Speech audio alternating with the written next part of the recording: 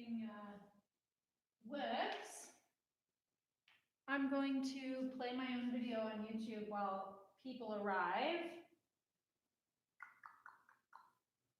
so I can test the sound because, technology. Technology is silly. Let's see. It should tell me I got a live video going on. How's everybody holding up out there? If you're watching me, oh, there are people in here. Hey, if you're watching, can you comment whether you can hear me or not? Or should I call my husband? Make sure. You can hear me. Thank you, Brittany. Hi, Brittany. All right. I'm going to, you can't hear it, but I'm going to put some music on for me. What I would suggest if you're going to watch is 2 blocks or 2 stacks of books. Maybe just like something you can palm, a book, a novel. Let's see, one of those crappy, hi, Loretta. Oh my gosh.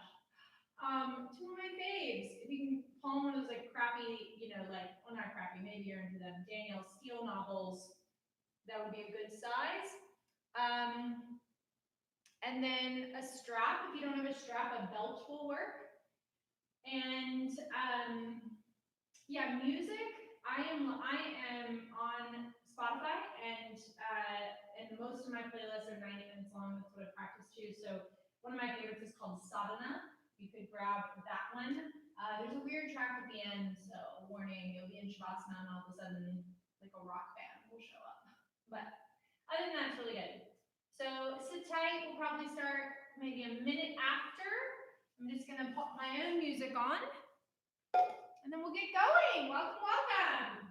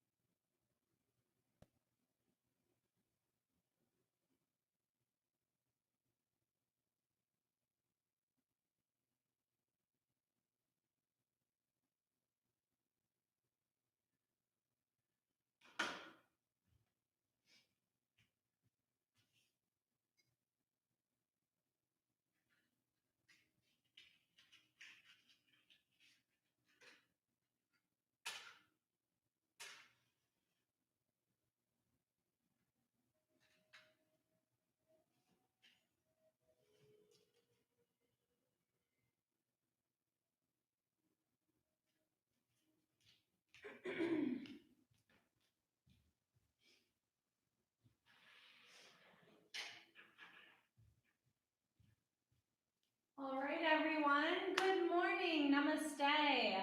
I'm going to watch the comments one more time as I stand here. Can you hear me? I'll also do this while I wait. If I don't see a comment, I love you. Thank you, Brittany. Okay, so welcome to Spirit Journey Level 2, 3.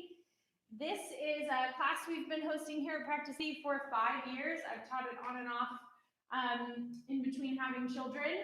And so I am so honored to be able to bring it online. So thank you all for being here perfectly. Excellent. So a little bit about this class. It is a level 2-3. What does 2-3 mean? It means that I assume you as the practitioner know a bit more information than maybe some of our other classes. So calling out things like chaturanga, I'm not going to clarify what chaturanga is. I'm going to assume you know what that is. There's a headstand in this practice. If that's not in your practice, the invitation is to do what you can, try what you can. And also what it means to be an advanced asana practitioner is knowing your boundaries. So if there's something I call out that's going to cause severe harm, which I think today's relatively non-damaging, but if there's anything that's just not in your realm of capacity today, then give yourself permission to just watch, and I will fall on my face and do lots of dumb shit, and that can be very entertaining and you don't need to do anything. So let me tuck my shirt in. So we start this class with a bit of philosophy, and then we'll move into the asana practice. Hopefully we'll have a nice long meditation today in Shavasana. So this week at Practice Indy, we are looking at samskara. And samskara is, or our samskaras, or patterns that are entrenched in our brain, our experience, our memory, our consciousness, sometimes our unconsciousness. And these patterns are placed there by what are called our vasanas. So our vasanas are our desires. And our desires and our samskaras are neither good nor bad, right or wrong. They are just an accumulation of lived experience. The question we want to ask ourselves is it impeding my growth? Is it moving me into less friction or more friction? So I hate to date this video, but I will. We're in the time of the coronavirus pandemic, and there are all these memes floating around about how to be like the most effective you ever, and like use this time to be like so fit and healthy. And I don't know about y'all, but I've eaten 12 boxes of Cheerios, so being fit and healthy over here. So I haven't really nailed that part yet, but you know what? Eating the Cheerios has brought me great joy this week, so I'm gonna stick with it for now. The thing about it is, when we recognize our vasanas, our desires, we see them turn into a samskara, a habit. We then have agency around. Let's see, I saw some. It's cheese for me. Oh my God! Hi, Devin. I love cheese. So yeah, for me, the Cheerios aren't a bad thing, but we gotta recognize the vasana, the desire. What do I want? And how is it turning into a pattern or not? I've lived through that experience of like desperately wanting to make a thing a thing. It's like fetch from Mean Girls. Like, stop trying to make fetch a thing, it's never gonna happen. Why did it not happen? Probably because not everybody had the desire for fetch to happen. Only, I think it was Gretchen that wanted fetch to happen. Versus in Never Been Kissed, Rufus becomes a thing because everybody wants Rufus to become a thing. Do you see what I'm saying? If you haven't seen those movies, your homework after this is to go and watch those movies. Get productive, children. So we have our desire, we have our vasana, and then we have how that turns into a habit or a samskara. And again, neither good nor bad, but what we want to analyze is how do I arrive at both? Do I want to arrive at both? And is it impeding my growth, or is it leading me to growth? And this is really a formula of depth over time, that we have to practice something at depth over time. One, to embed it. So if we want it to become a habit, we want it to become a samskara, we have to practice depth over time to make that process. But then also it's the constant review and edit process of my why, of my want. Why do I want that? So I had a request for some handstand work, which we'll do today. We'll have some crow work, some arm balance stuff, and those are flashy and cute, and to be honest, I love them. I love a good arm balance. I love an inversion. But there's always the question of why. Why do we want it? And there was a year where I practiced handstands for a solid year. I did a handstand every single day for like 10 minutes. And at the time, I was driven by my practice. I was driven by this deep love to be immersed in the upside down experience, blah, blah, blah, blah, blah. I didn't sustain any injuries, and it was incredibly transformational. And it was a habit that's really stuck with me to get upside down. Last year, after I had my son, I tried to do the same thing, and I like jacked my neck, because the want, the desire to encode that habit again was not from a place of practice and deep love, but from ego and fear that I'm not good enough, a place of lack. So as we go through the practice today, this is a metaphor for how you live your life as you sit in the challenge of being quarantined and living through the coronavirus pandemic.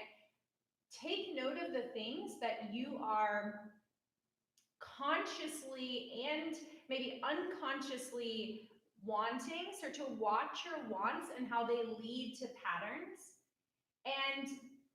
And then give yourself agency.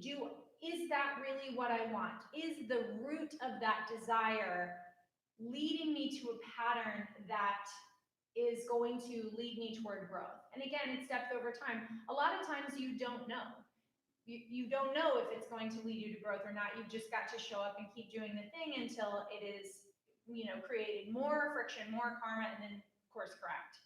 And of course, course correcting is also really hard. So if you are using this time to reevaluate and change habits, give yourself grace. That to repattern ourselves is quite a process. Sometimes it takes just like, Marie Kondoing the whole fucking thing. Just Marie Kondo your house, get it all out, throw it on the curb. Just kidding, don't throw it on the curb. Put it responsibly in bags and find appropriate homes for each. Sometimes that's not all goodwill. So it might be like one big sweep where you just like, bam, detoxing.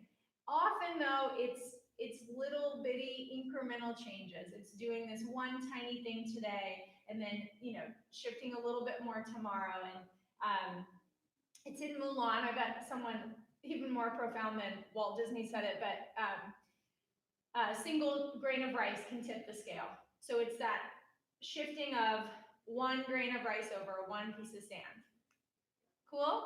So thank you for being here this morning. Thank you for looking at our samskaras, our deep encoded patterns. Hopefully at the end of all this, we can come out with, less friction and habits that serve everyone, and habits that help us grow more towards our highest, fullest, realized self. So if you didn't hear the prop list at the beginning, blocks, maybe, strap, maybe. If you've ever been to my class, sometimes I forget to use the props, but have them just in case. And we begin this class each week with a mantra. So first, since we've been sitting for a moment, take a downward facing dog. Just stretch out the backs of your legs. Refresh them to sit.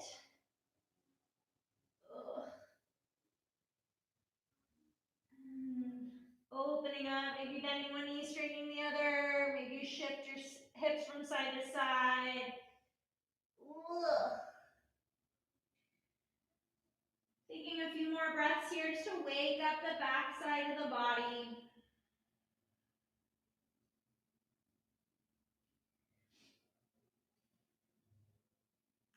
And then as you exhale, you guys, I promise I'm not infected, but I'm sure everyone just went, bee! Totally fine, I have allergies. It's spring, damn it. Come to a comfortable seat. And once you arrive at your seat, you could use your blocks. You could use a pillow if you have a pillow nearby. Find yourself a comfortable seated posture.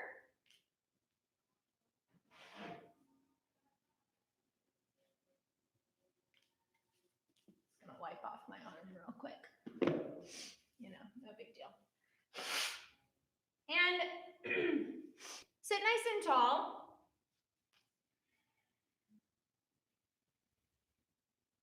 Allow your eyes to come to a close.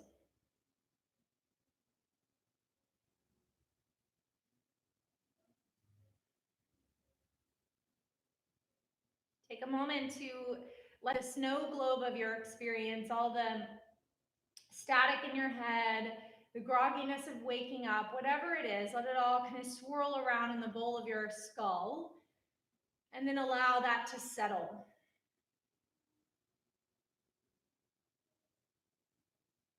And in that settling, feel yourself soften.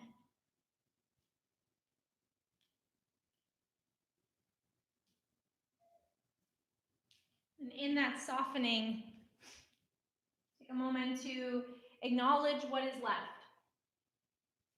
When the static, the snow falls and clears, who is at the center? What is at the center?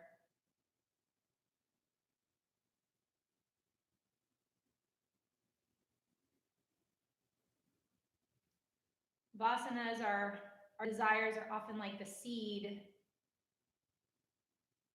Our samskaras are the scaffolding from that seed that allow us to construct a life of micro to macro actions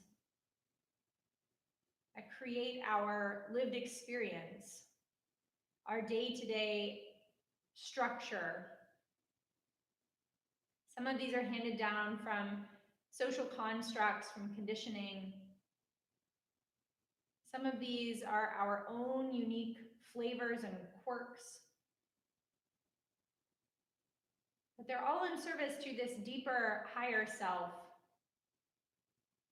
either in preservation or in partnership, however you want to think about that.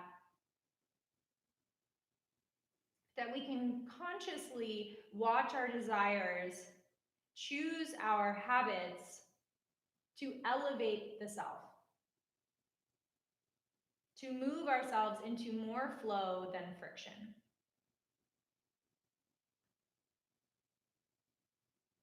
So on your next inhale, breathe deeply in. At the top of your breath, sustain your breath. Exhale fully out. Again, deeply breathe in. Feel your ribs expand, your navel expand out. Hold at the top. Exhale out. One more time. As you inhale, even watch tiny encoded patterns here. What part of the belly fills first? Where does the air go in your lungs first? Is that impeding or helping you grow? At the top of that breath, feel the expansion. Notice what natural triggers or brain patterns come up. And then as you exhale, reverse that. Become conscious of, how do I exhale? What releases first? What holds tension until the very last? And then come into what's called sahaja, or spontaneous, grace-filled breath. As you bring your hands to your heart center, bow your chin toward your chest. Either reaffirm your sankalpa that you set at the beginning of this year, or set a sankalpa around consciousness in choice. To watch yourself as you move through your practice today, to make conscious choices about what you want and then how those will manifest or not into patterns. And ultimately, to serve that highest self.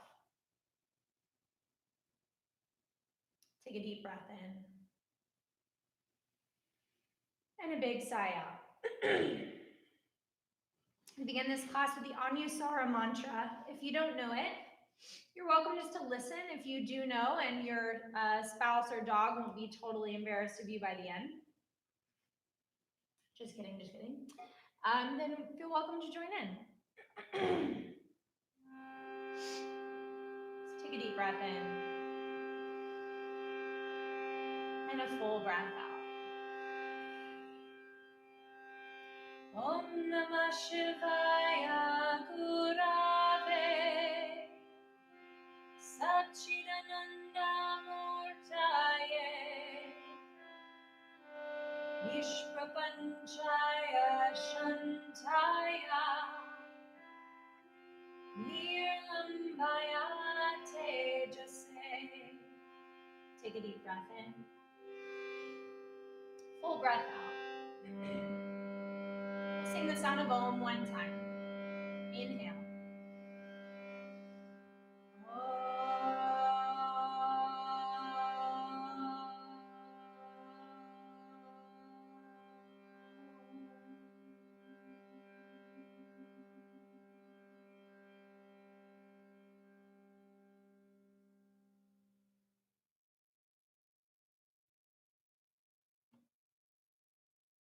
Take a deep breath in. And a full breath out. Inhale through your nose. Seal the lips, exhale through your nose. Begin Ujjayi breathing. Inhale through your nose. Exhale through your nose. One more time here. Inhale powerfully through your nose. Exhale through your nose. Keep your ujjayi as you softly open the eyes and begin to roll forward into tabletop pose. Take 3 cat-cow. So as you inhale, drop the belly, look up to the sky. Exhale, hug navel to spine, arch towards the ceiling. 2 more times. Inhale on your own breath. And if at any time my breath doesn't serve, exhale, cat-cow. You can simply move on your own.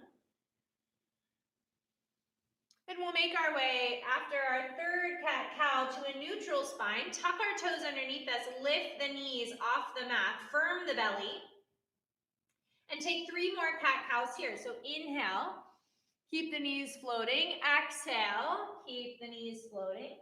Do that 2 more times. Maybe even isometrically pulling the middle of the hand in. So the thumb side in towards the midline to activate the chest muscles.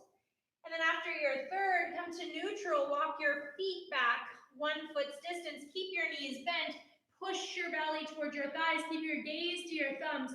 Stretch your spine long. Then as you exhale, let the head drop. Gaze towards your navel. On your next exhale, maybe slowly open up through the backs of the legs. Ugh. And then find any movement here that serves. Nice slow, steady breath in. Slow, steady breath out. Keep the breath moving through your nose. Find that ujjayi sound. Challenge yourself to keep it on as long as you can through the rigorous portions of the practice. Inhale to peek forward. Exhale, travel forward. Uttanasana, forward fold. Feet hip width distance. Bending at your knees, letting your head drop. And then as if someone had a string on your tailbone, so you can lift the tailbone to point to the sky, the navel to stay painted on the thighs. Let your head dangle. Slow, steady, deep breath in. Slow, steady, deep breath out.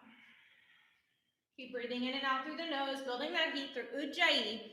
1 more breath in through the nose. Out through the nose. Inhale, rise to stand. Nice lengthened spine as you bring your palms together. Exhale, hands to your heart center. We'll start with 3 sun salutation A's to warm the body up, but also to start to become aware of our pattern. So try to stay as conscious in this process as possible instead of just going to autopilot, since we do these a lot. So standing in Tadasana, find your weight equally distributed on your feet. So maybe rocking side to side, front to back. Establishing neutral spines. You might touch the front of the pelvis, the lumbar spine, noticing if you're tucking, swaying. Where do you find that flattened front of the pelvis, natural curve in the low back? Ribs are neither jutted out or sinking back, but floating buoyantly over your hips, shoulders over your ribs.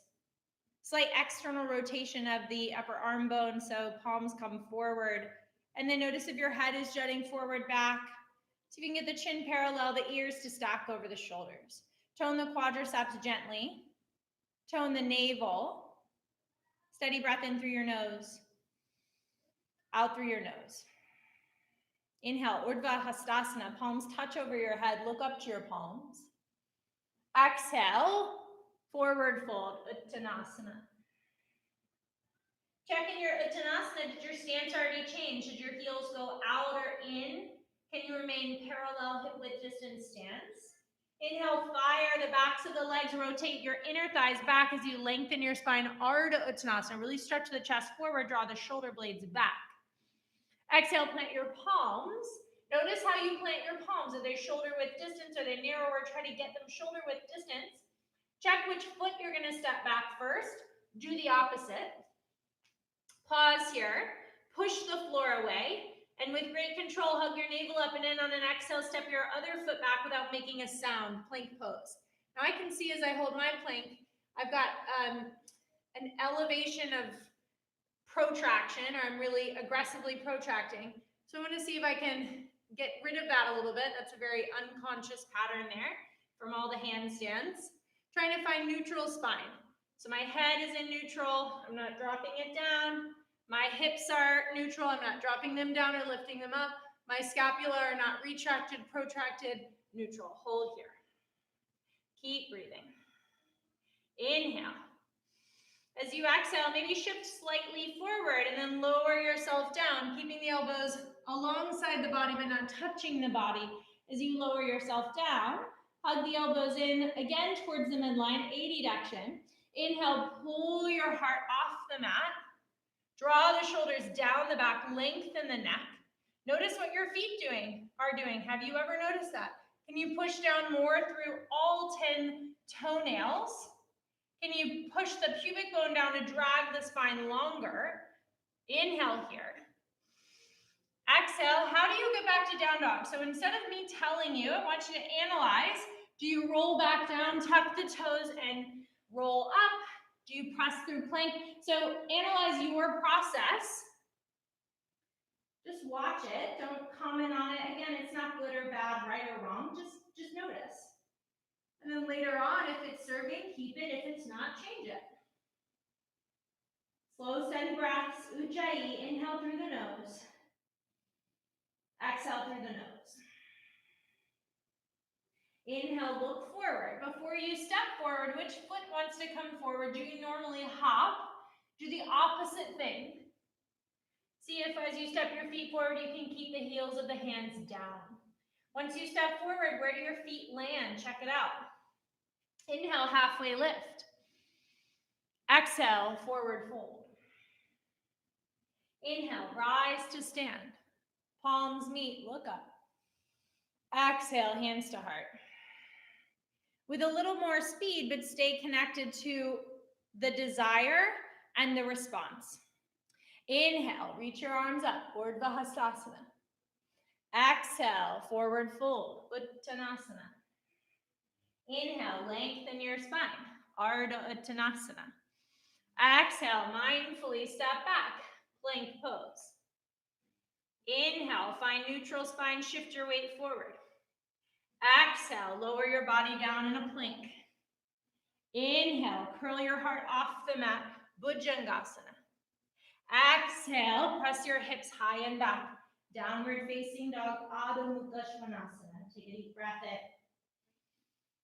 Slow, steady breath out. One more breath in. And out. Inhale, take your gaze forward. Exhale, step or hop your feet forward. Inhale, Ardha Uttanasana. Exhale, Uttanasana. Inhale, Urdhva Hastasana. Exhale, Samastitihi. Little bit faster, using more Sanskrit, less English. Inhale, Urdhva Hastasana. Exhale, Uttanasana. Inhale, Ardha Uttanasana. Exhale, plank pose, sometimes called Kumbhakasana. Inhale, shift your weight forward. Exhale, either Chaturanga Dandasana or all the way to the mat. Inhale, Urdhva Mukha Svanasana. Pull your shoulder blades back. Roll your inner thighs up. Exhale, Adho Mukha Svanasana.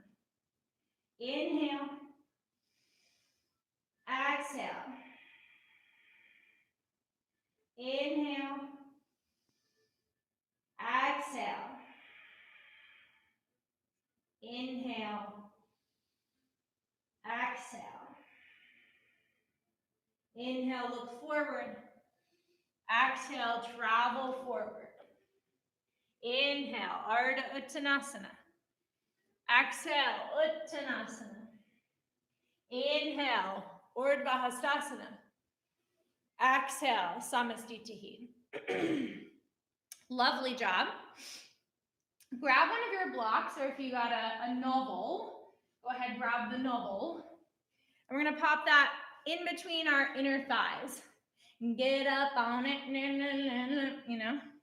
And it's your prop. Usually I make a joke about you, like, don't pee on my stuff. Pee on your stuff. I don't care. It's your stuff. All right, so getting it up in there, squeezing it up in there. Hug your inner thighs together. Inhale, reach your arms overhead. Exhale, Utkatasana chair pose.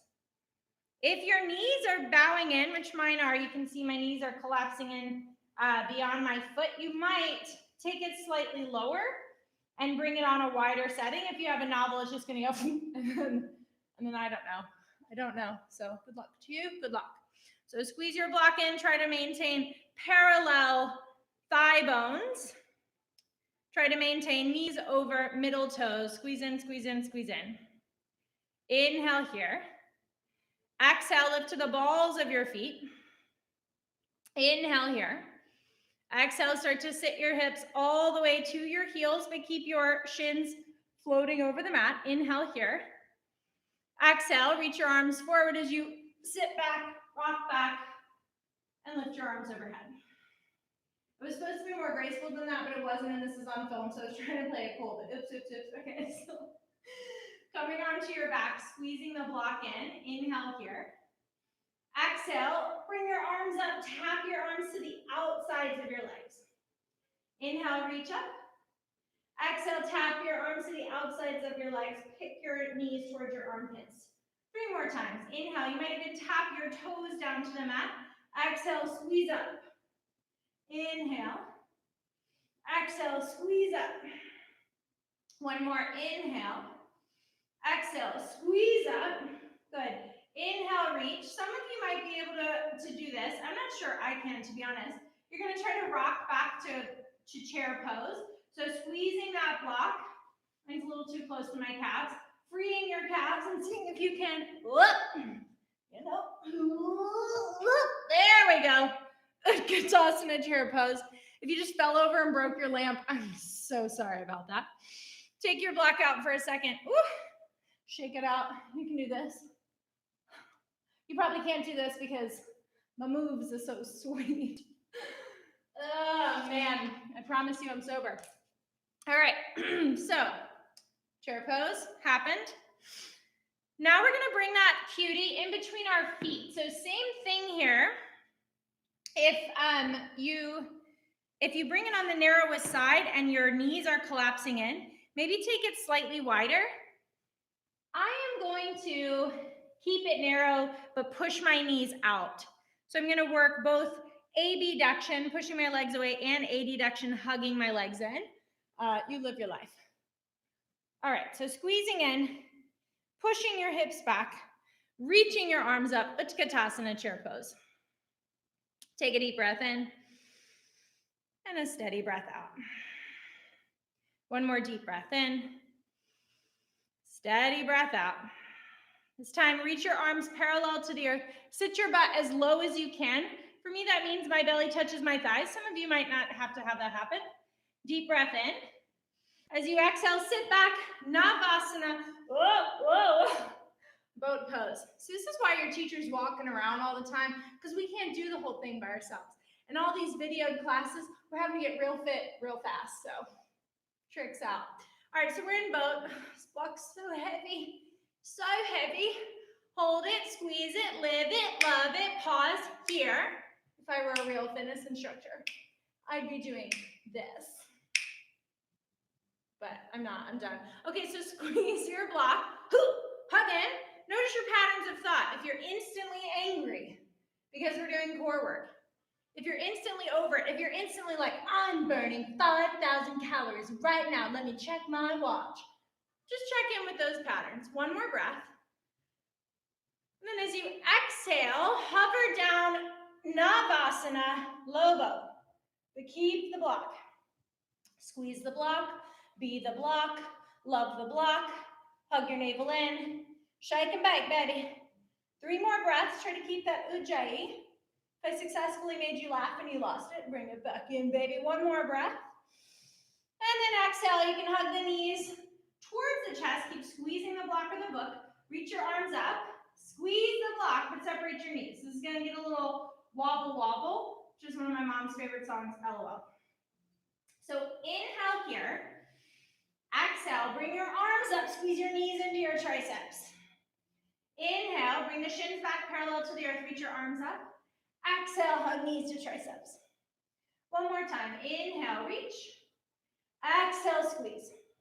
We're gonna do that 3 more times, either like that or straighten the legs in between. Inhale, exhale, squeeze. Inhale, exhale, squeeze. Good Lord. Inhale, last one, exhale, woo, squeeze. Take your block, set it down, bring your feet down, lift your hips, bridge pose. Interlace your hands underneath you. Draw the shoulder blades onto the back, squeeze them together, press the pinky edge side of your hand down, and then lift your breastbone towards your chin, lift your chin towards the ceiling. Notice if your legs are splaying out or in. Can they be neutral? Can you lift from the upper back? As if someone were pushing in between your shoulder blades instead of lifting your hips. Take a deep breath in. Slow, steady breath out. One more deep breath in. Slow, steady breath out. Inhale to unclasp your hands, lift to the balls of your feet. Exhale, roll down. Exhale, on your next exhale, hug your knees into your chest, and then start to rock and roll till you come to kind of like a modified malasana. So I'm gonna give a full-blown crotch shot here. So knees are nice and wide, arms are gonna reach to the insides of the legs. Squeeze your knees in as you push your arms out. Lift your chest here. Just pause here for a second while I talk through the next thing. So we're gonna move into crow land. It's a whole land in itself. And there are a couple of things we can do. So depending on your level, you might just be working on crow today.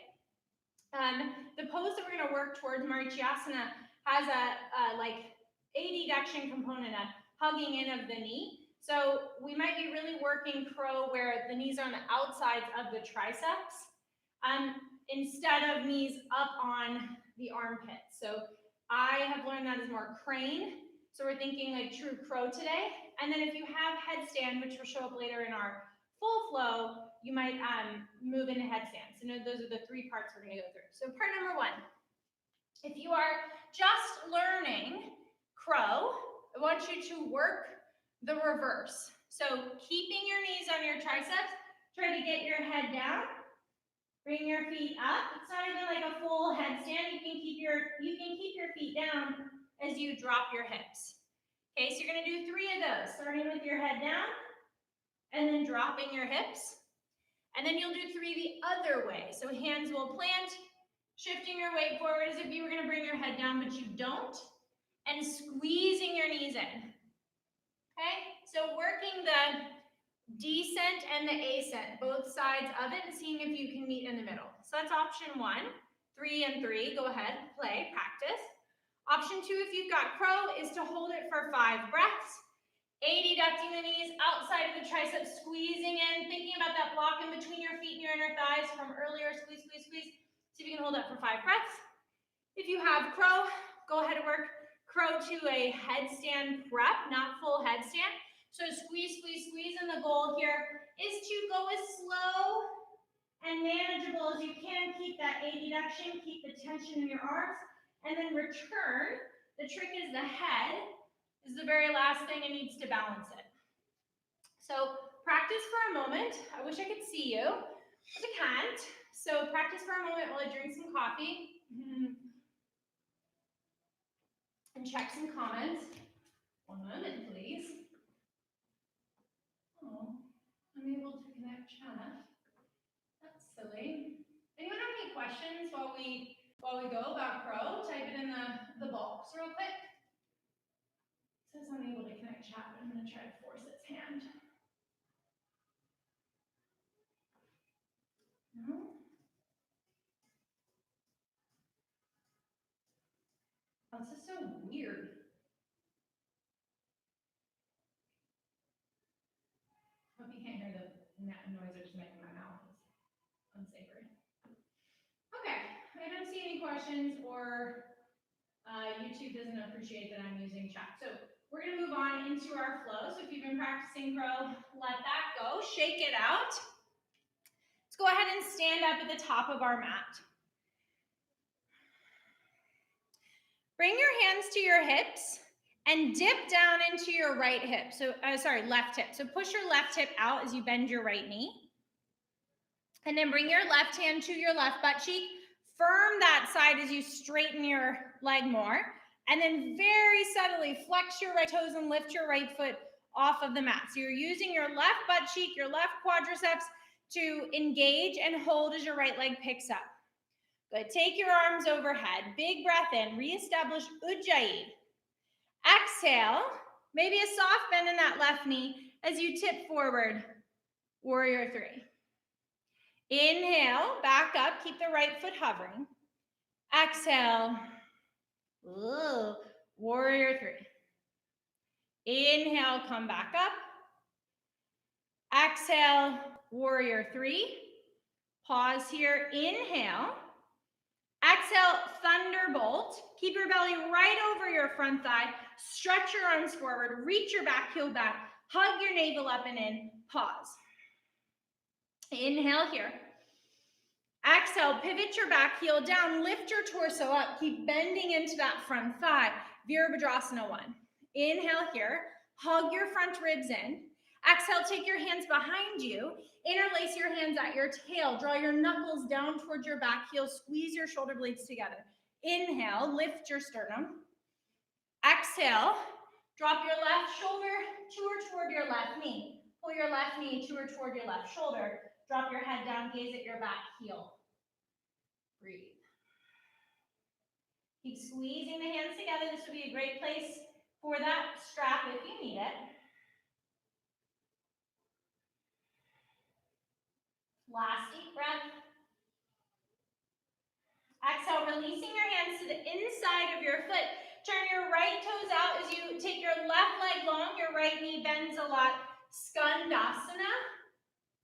And if this is too much for your ankle or anything, you can always lift the butt a little bit, make more of like a skater pose. He was a skater pose. He said, see you later pose. You know. Do you know? I don't know. I'm an Avril Lavigne fan still. Don't judge me. Samskaras. One more breath. We're moving to the back of your mat or toward your right leg. So inhale, picking up your hips, toe heeling your right foot to the back of the mat, toe heeling your left foot so the heel is lifted, coming into a lizard variation, hands to the inside of your right leg. Inhale here, broaden through the collarbones. Exhale, take your right forearm down, take your left forearm down, hug your right knee in, bow your head, stretch your back heel back. Inhale. Exhale. Inhale, walk your hands back behind the heel line of your right foot. Bend your elbows like chaturanga. Either hang out here, see if you can pick your right leg up. Either hang out here, bend your elbows more like chaturanga. Either hang out here, lift up koundinyasana. I think it's 2. Inhale. Bend your left knee. If you're in that lunge, just bend your left knee. Pull it to the outer right side of the mat. As you spin your right leg back to the top of your mat, pull your left foot into the inner thigh of your right. Janu Shirshasana pose. So twist your spine so that the sternum lines up with your shin bone. Use your hands as leverage. Inhale to sweep your arms up. Exhale, fold over your right leg. Inhale, lengthen. Exhale, fold. Inhale, lengthen. Exhale, fold. One more. Inhale, lengthen. Exhale, fold. Inhale, rise up. Keep your left leg where it is. Lean to your left hip. Stretch your right leg back, prepping for pigeon prep. Tucking the back toes, lifting your back hip, squaring off. Hug your legs towards each other for a moment. Create some stability, some firmness. And then as you exhale, lowering to your forearms, maybe all the way to your forehead, flexing those front toes, stretching your back leg back. Breathe. If you've been working from home all day and sitting, this probably feels joyful. Joyful is in air quotes, relative to your experience. So stay here and breathe.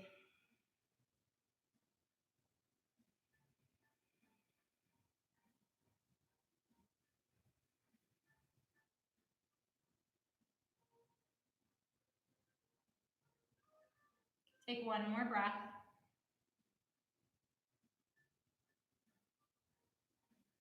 Good, inhale, rise back up. Plant your left palm on the earth. Reach your right arm back. Pause here. You may need your strap for this. Bend your back knee. Grab your back foot. Couple of options here. We can kick the foot away and really open up through the chest. We can bend the knee and bring the heel towards the sitting bone. If you want to go into mermaid, great. For me, this is the stretch I was needing, so I'm going to stay right here and just lean into that quad so as garbage that's going on at the level of my hip. So breathe. So delightful, hey? Maybe after a few breaths, if you've got more, you have a full pigeon practice. We've really done no back bend, so I wouldn't recommend that. Maybe you take it into mermaid, maybe you don't. Maybe you return to the shoulder stretch. Just one more breath. Exhale, slowly release that. And we're going to take this all the way back around. This is how we're going to look at our patterns as we kind of reverse. So go ahead, lean to your left hip, swing your right leg around, koundinyasana. Pause here for a second. And so as we go back and we go in reverse, same thing in our life as we start to notice patterns, samskaras, that are no longer serving us, that are impeding our growth rather than contributing to it. How do we backtrack and restart? Do we Marie Kondo, or do we go bit by bit, or is it a combination?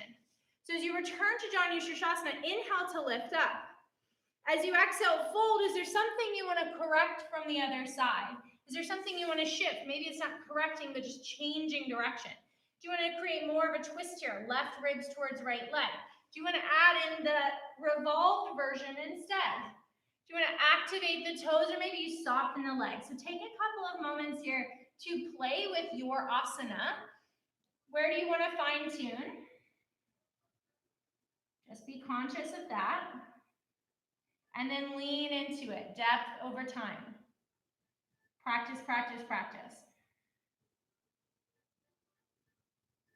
Inhale to rise back up. This transition backwards is crazy, so watch first. You're going to slide your left knee back towards the back corner of your mat.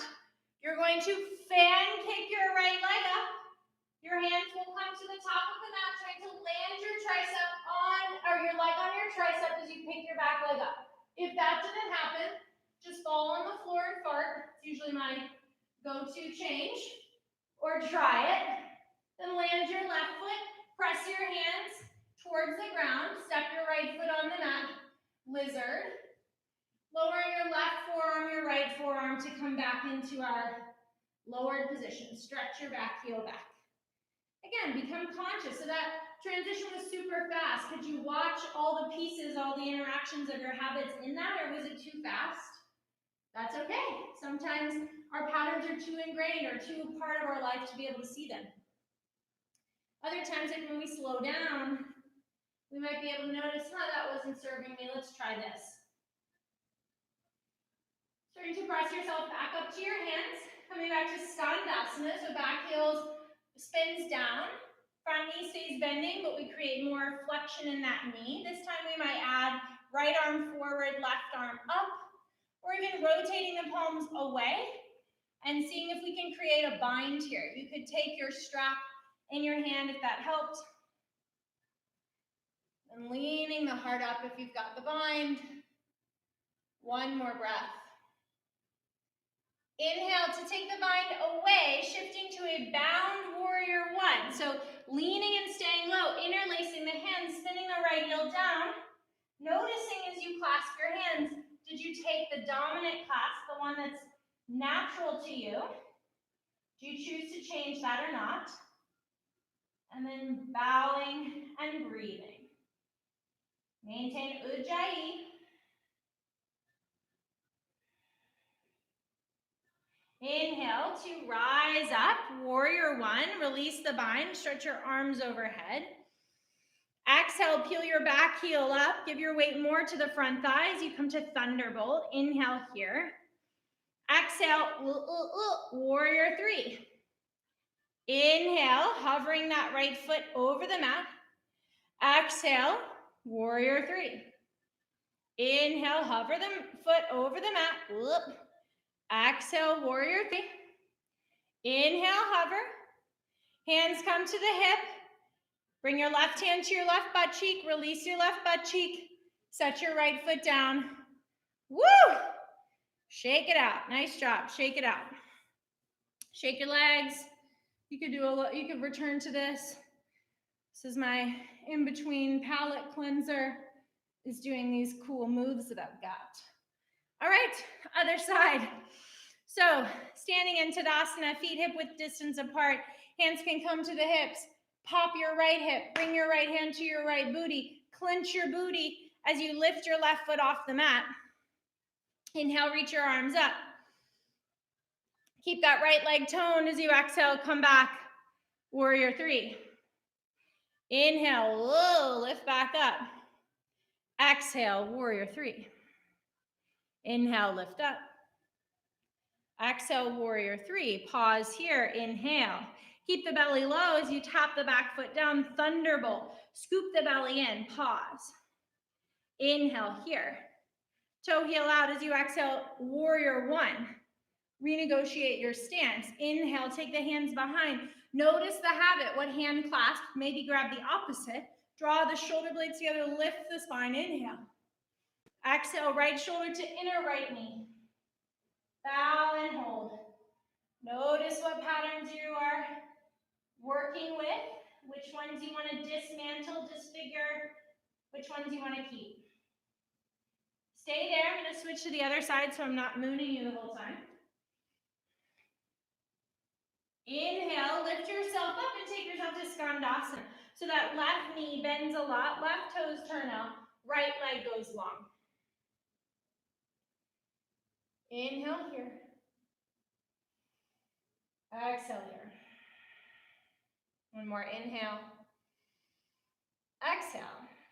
Start to pivot towards lizard pose. Toes turn towards, I believe it would be the back of your mat as you stretch your right leg long, puff your heart up. Inhale. Left forearm down, right forearm down as you exhale. Pausing here, inhale. Exhale.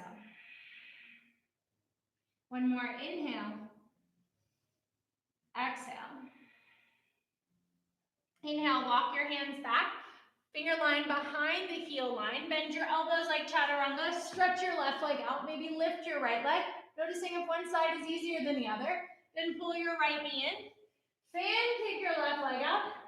Draw the right foot to the inner left leg. Janu Shirshasana. Inhale to reach up. Exhale, fold. Noticing how your patterns, your conditioning, your choices led for two sides to have different experiences. That's totally normal. It's not good, bad, right, wrong. My left leg just kind of drags around me while my right leg powers me. So stretching my left hamstrings is a very different experience than my right. And I can make choices to change that or to keep the status quo. Neither good nor bad. Inhale to lift up. Leaning to my right hip as I exhale, you'll reach your left leg back, coming into pigeon prep on the other side. Inhale to square the hips. Exhale to fold over your leg.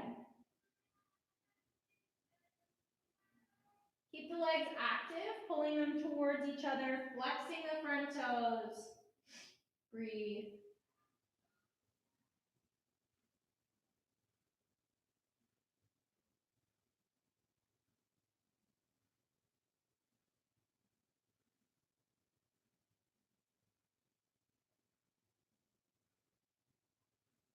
Inhale to come back up. Lifting your chest, pressing your right hand down, sweeping your left arm back as you bend your left knee, grab your foot. Either staying here to stretch the chest or pulling the foot in towards your hip. Maybe another variation if you took it on the other side.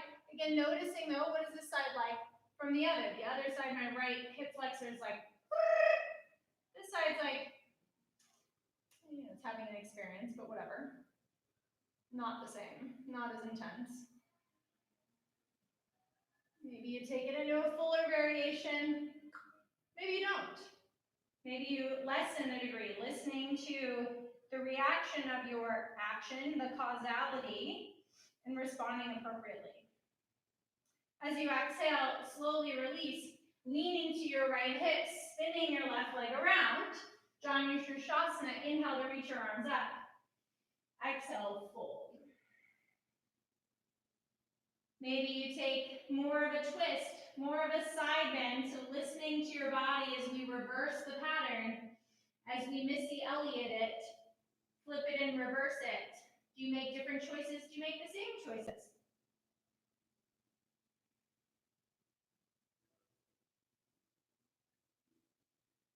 One more breath. Inhale to rise up. Right knee is going to shift towards the top, side of your mat. As you take your hands down, spin your left leg around, bend your elbows like chaturanga, kick your right leg back for koundinyasana 2, and then lower that foot down. Bring the left foot down. Coming into lizard again, right elbow, left elbow, reversing it. And again, making choices. Did that lead to my growth or impediment of my growth? Do I make a different choice? For me, lowering the knee works better. For some of you, externally rotating the outer leg, the bent knee will work better. Breathe. Through it all, breathe. Inhale to press your hands back up. Tucking your back toes. Koundinyasana as you exhale. Can't remember how I got there. Yeah, I think this is it. Left arm might go out in front, right arm up, taking a full bind if you want. Wrapping the hands around the low back, lifting the chest, gazing over your top shoulder, your right shoulder. Big breath in. And out. Big breath in. And out. Start to release that.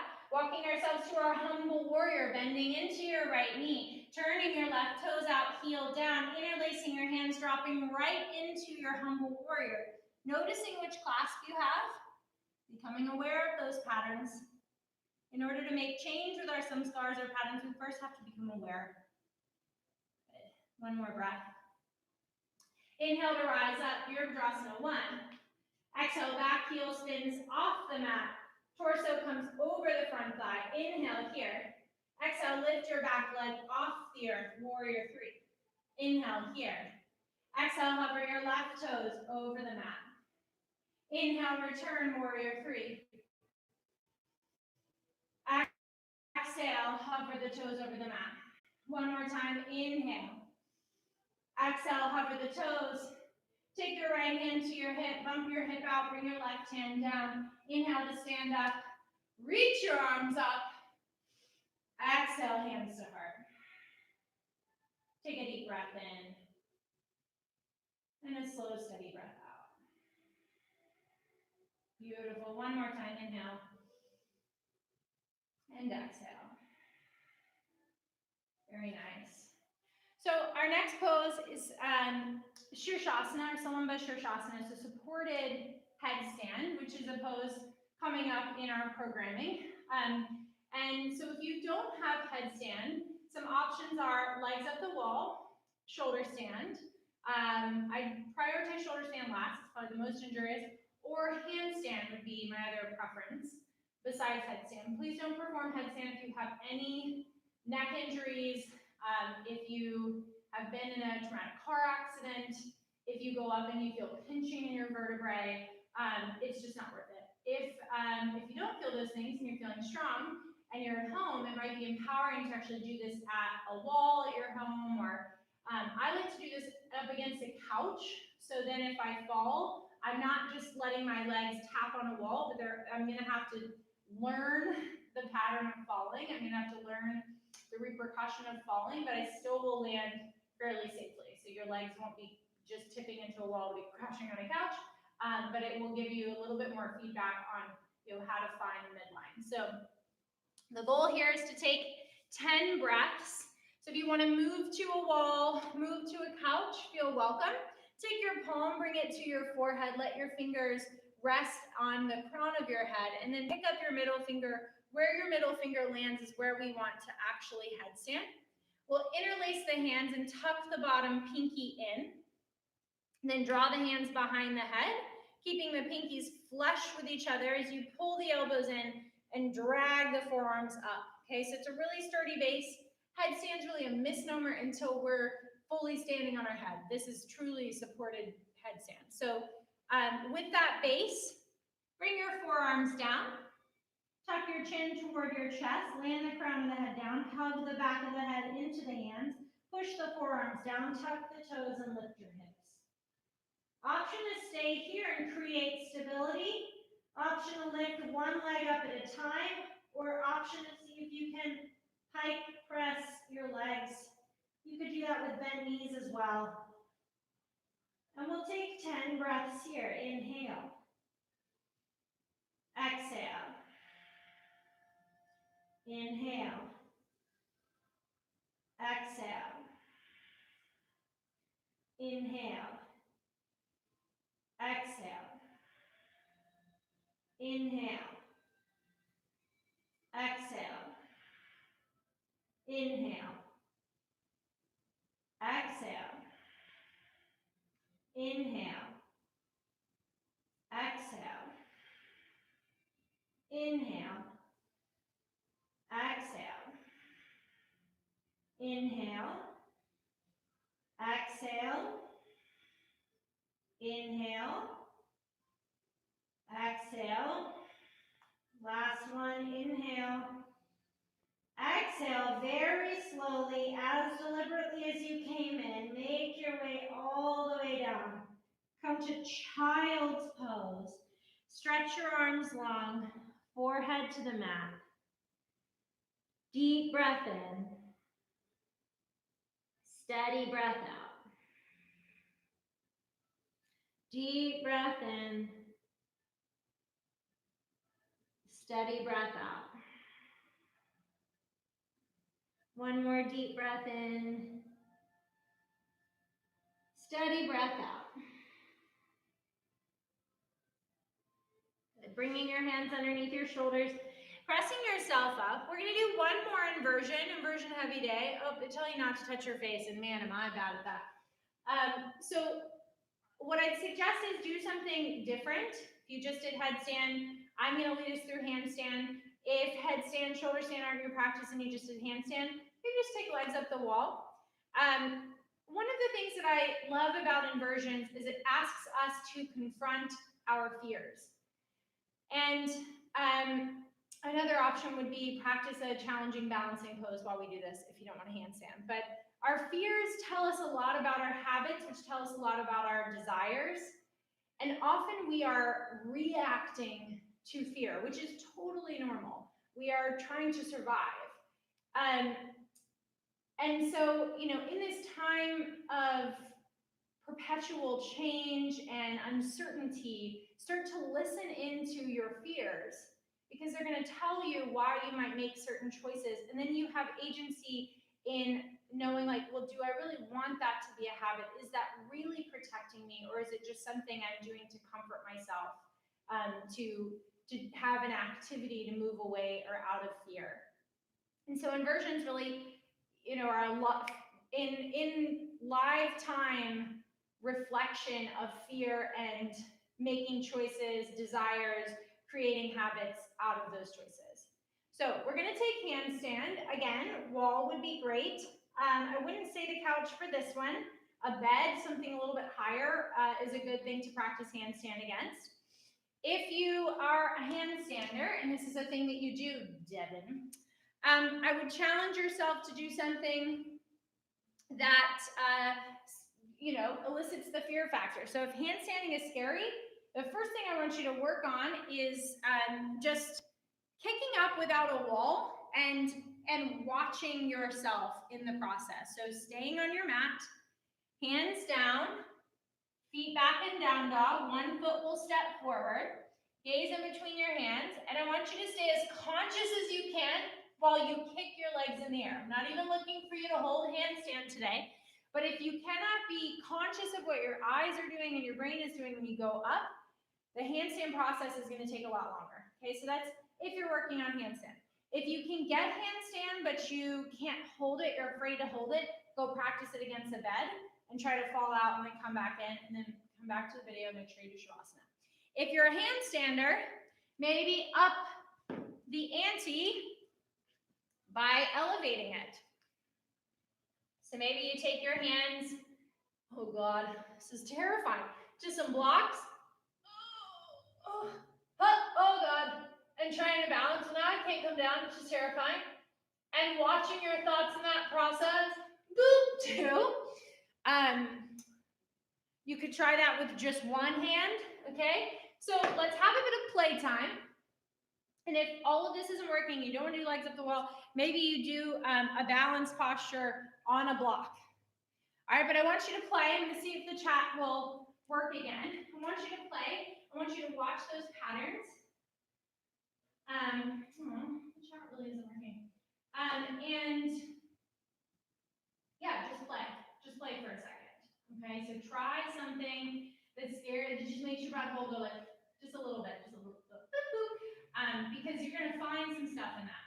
Okay, and try to stay super conscious while you do it. So don't check out. Don't like quit. Like I can't face it. You're not gonna die from handstand. This isn't the thing that's gonna kill you. There's actually something around in the atmosphere right now that might, but this isn't the thing that's gonna do it. So play for a second. I'm gonna put an emoji. Try one more time. See if my chat will work. Get some food. Can I find some cheese while you play with your handstand?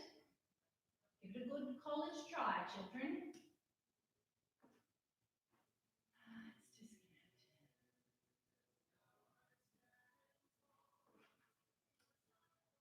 All right, I tried.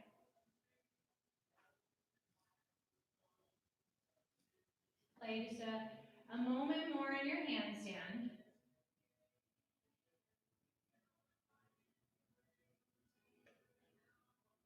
And then let it go. Let yourself come down, shake it out, let it go. Very nice job. And we're gonna bring it down. We're gonna bring it down, down, down. So go ahead, take a seat. Very nice. Bring the soles of the feet together. Bring your pubic bone towards your heels. Grabbing onto those heels, maybe bounce through the knees for a second. Lift your sternum, inhale. Exhale, pull yourself down, Baddha Konasana. As you tone the glutes to let the knees drop down even further. If you have access to your elbows to your knees, try to press them down.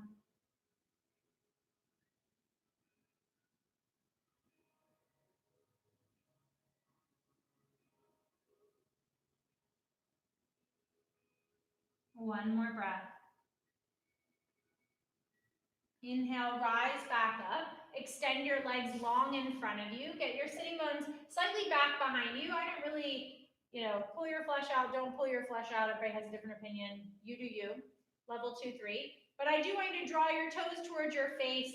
Make sure you're not pressing more to the instep or outstep of your foot. Even pressage of the foot.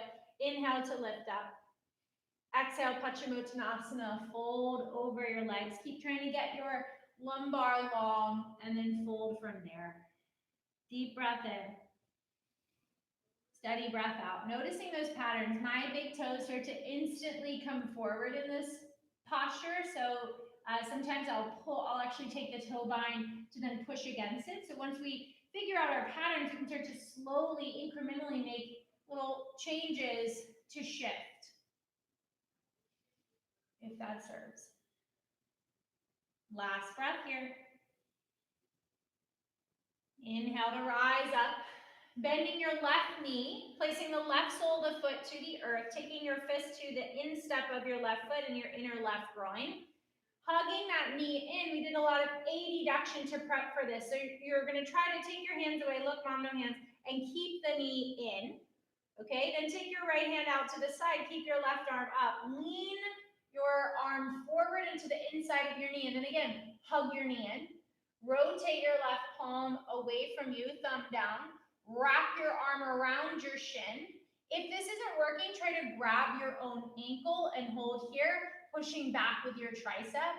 If that's working, right hand comes away. See if you can grab your hands. If not, grab your strap. Inhale to look over your right shoulder. And then pull on that bind that you have as you exhale. Fold over your right leg.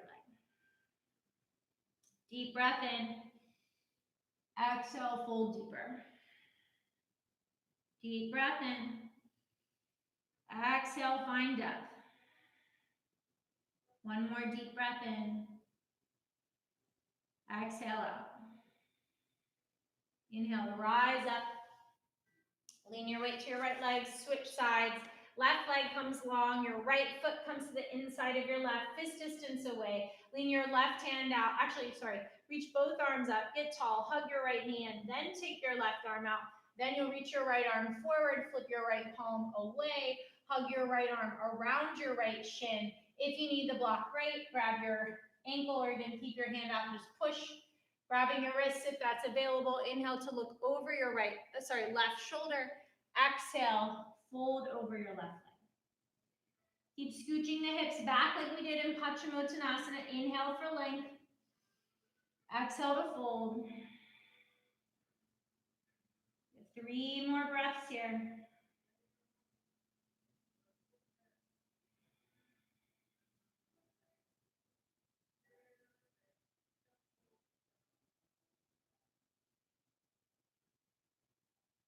On your next inhale, lift yourself up. Here's where the 2 blocks come into play. As you take that pose out, shake your legs out. If you don't have 2 blocks, the opportunity would be wheel pose or bridge pose again. Otherwise, take your blocks, stack them lengthwise, second highest height. If you don't have as much thoracic mobility, you might flip this down to the first highest height. It's going to be about a fist distance away from your sacrum, but this will take some finagling depending on how long your torso is. Ideally, you want the back of the head on the block and the torso. So I'm in a nice back bend here. And then either the legs can stay bent or straightening the legs. And really what I'm looking for, since there's internal rotation in that bind from Marichasana, it's just external rotation and opening through the chest. So take your arms out like goalpost and let gravity pull down.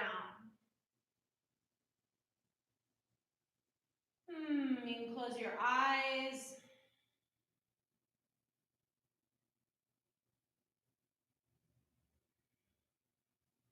Breathe.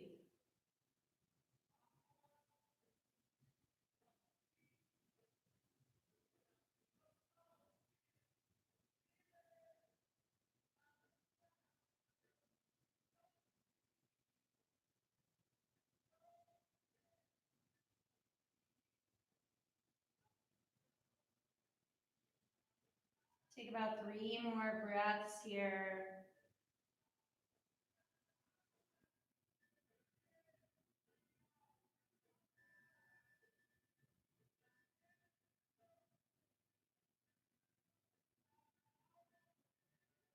Exhale, slowly release the arms down to a low V.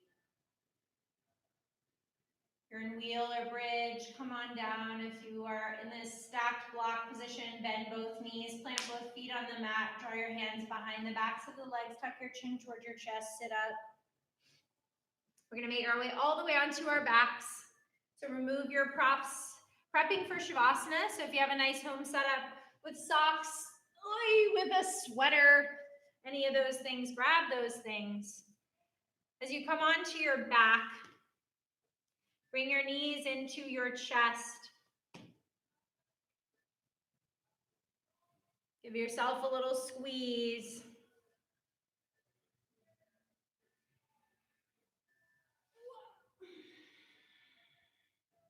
Then yogi's twist of choice.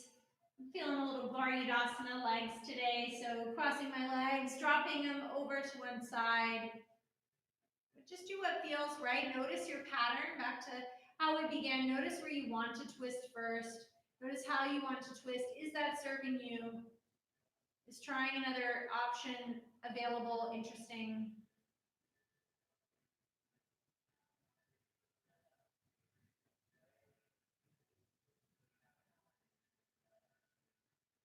One more breath here. Inhale, draw your knees back through center. Switch if you took a cross of any kind. Go to the other side as you exhale. And so as we wind down the class, my suspicion is people will start to log off. People will start to hit pause because our lives are waiting out there. They're busy. And I just want to challenge you or have you consider if you have the time available, take this time. Finish your practice. I know I love to turn my own home practice off after the closing stretches because I'm busy. I want to encourage you to stay with me. So as you inhale, bring your knees back through center. Do any final postures you need, a happy baby, any other poses that might be calling out to you. And as we move to Shavasana, do any last adjustments, any last things that are going to help you be fully present in this moment. I'm going to grab a prop. Maybe you dim your lights. Maybe at your home it's very bright. Can you dim your lights? Do whatever you need, but give yourself this time. Give yourself permission to stay. And whatever choices you make, once you come into your Shavasana, take a deep breath in through the nose. And as you exhale, sigh everything out. Let it go. So that 2 more times. Take a deep breath in through the nose. Let it go. Sigh out. 1 more deep breath in. Exhale out.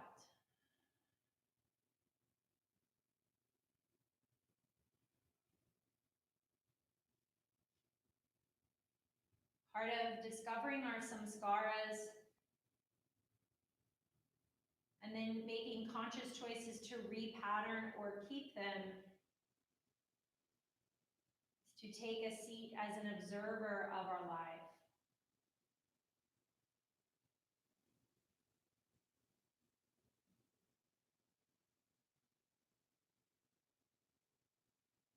So as you rest in Shavasana, the metaphor for the death of our practice, but also the reminder of the death of the body, the death of the ego.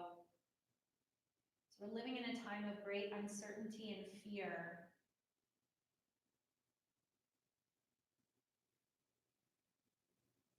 Notice what patterns you might be taking up to safeguard yourself.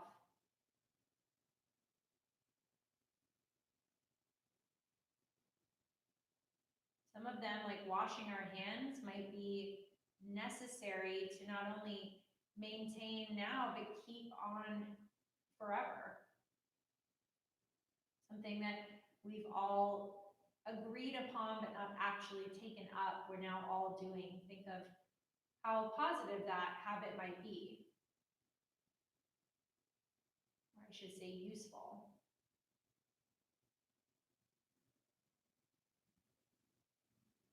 Noticing other patterns that may be presenting themselves out of fear of your current situation and analyzing by observing, watching yourself in this pose, in this moment. And as you come off of your mat later on to decide, are they helpful or harmful? Are they effective or disjointed?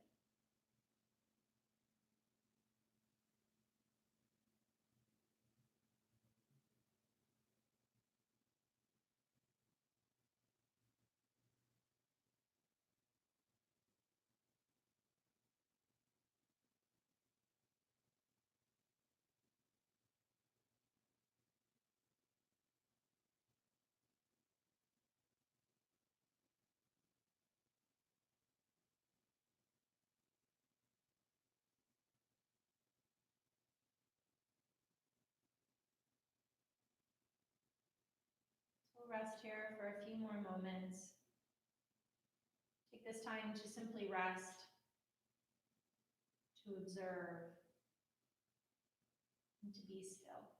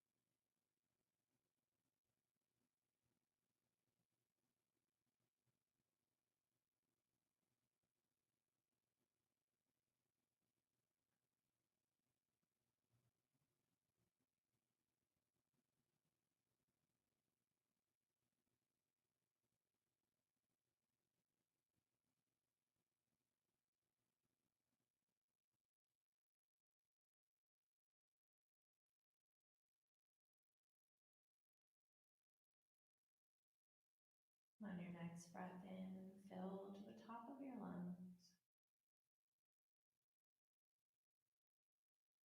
Exhale, slowly release out.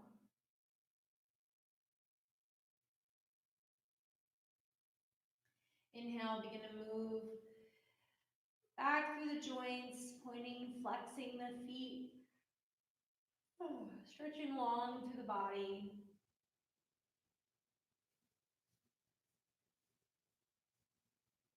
As you exhale, roll yourself up or roll yourself over, starting to move your way into a comfortable seated posture. Taking your time to get there. I had a request for an Om. So our meditation today is going to be an Om chanting, several rounds of Om.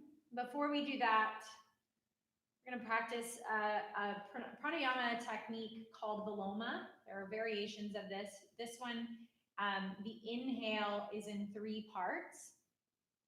So once you arrive at your sitting position, if your eyes are closed, go ahead and open your eyes so you can watch the hand gesture, the mudra that accompanies this. So this both helps increase lung capacity, trying to expand our ability to inhale, but also is a lovely metaphor for how pregnant with possibility we are, that when we choose samskaras that lead us more towards flow than friction, our opportunity is, unencumbered and limitless. So in these times of uncertainty, when it feels like we're getting smaller and smaller, narrower and narrower, seeking to find things that help us feel expansive and free, can alleviate some of that dis-ease. So the hands will start like you're holding a ball in front of you. And again, the inhale is 3 parts. So you'll inhale a third, you'll inhale 2/3, you'll inhale to the top of your breath, and then 1 slow, steady exhale as you bring the hands down. Okay, so we'll do 3 rounds of this. You can keep your eyes open, or if you feel like you've got the gist, then you can close your eyes. So take a deep breath in through your nose and sigh out through your mouth. At the emptying of your exhale, inhale a third of your breath. Pause. Inhale 2/3. Pause. Inhale to the top of your breath. Pause. Try to soften your shoulders, but keep the breath held out. Exhale slowly. Empty out completely. Inhale a third. Pause. Inhale 2/3. Pause. Inhale to the top of your breath. Hold. Soften. Stay. Exhale slowly. One more time. Inhale a third. Pause. Inhale 2/3. Pause. Inhale to the top of your breath. Hold. Expand. Expand. Soften. Exhale.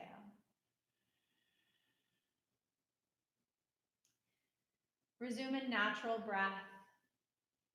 Let your palms rest, floating upward. If your eyes are open, bring them to a close. If you feel comfortable chanting, please do. Even though I can't hear you, the vibration travels round the world. In our collective effort to remember our interdependence, our interconnectedness,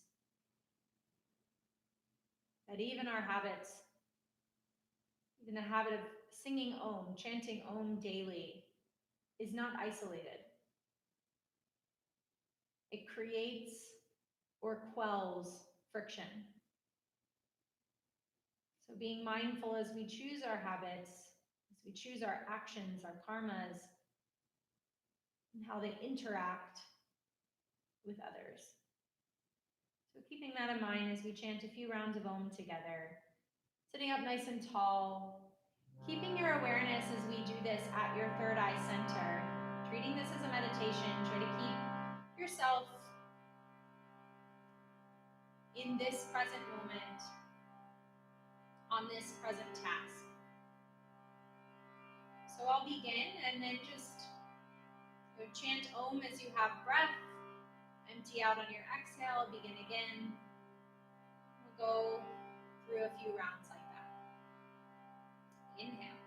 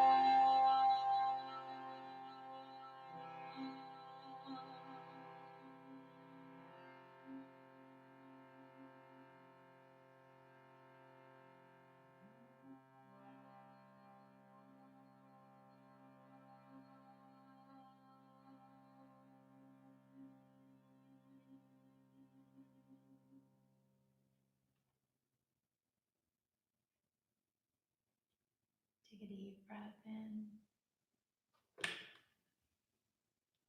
Full breath out.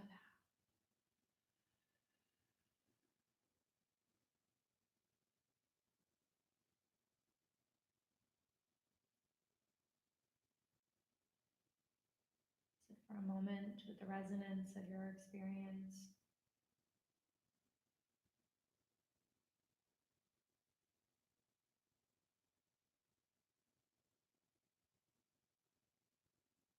Sitting with that which our desires become our thoughts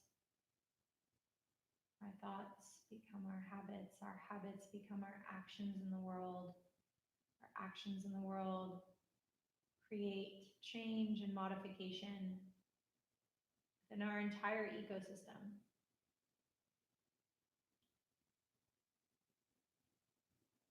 you draw the hands to the heart center and bow your chin towards your chest, resolve to your intention, your sankalpa from the beginning of your practice, or perhaps shifting one as you move off of your mat to be conscious of your patterns, to make patterns that raise your vibration, that raise your experience, elevate your experience of the self, so that we might be a more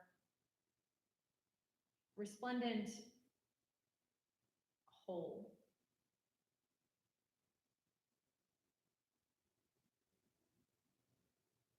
As you inhale, bring your thumbs to your third eye, thanking yourself for showing up on your mat, thanking those around you, even though you can't see them, many people around you practicing yoga, practicing consciousness. I'm deeply grateful for the spiritual yoga community for continuing to be conscious, be mindful as we navigate this tricky, chaotic time.